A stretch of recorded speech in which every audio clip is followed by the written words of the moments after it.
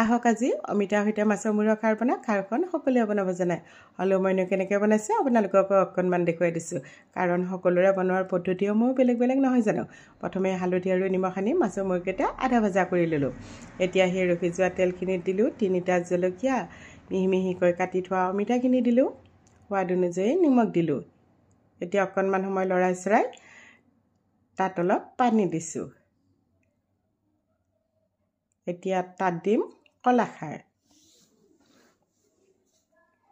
এয়া মই অকণমান কলাখাৰ দিছোঁ, অকণমান আদা থেতেলিয়াই দিছোঁ। এইখিনি ভালদৰে লৰাই ঢাকনিখন লগাই সিজিবৰ কাৰণে ৰাখি থৈ দিম।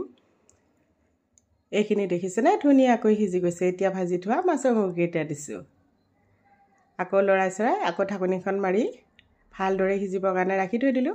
এয়া দেখিছেনে মোৰ মাছৰ মূৰৰ সৈতে অমিতা খাৰ খাবৰ বাবে ৰেডি হৈ গ'ল। ভিডিঅ'টো চাই কেনেকুৱা পালে কমেণ্ট কৰি জনাবচোন। যদি ভাল লাগিছে লাইক কমেণ্ট শ্বেয়াৰ কৰি দিব। আজিলৈ এৰিছোঁ, ধন্যবাদ।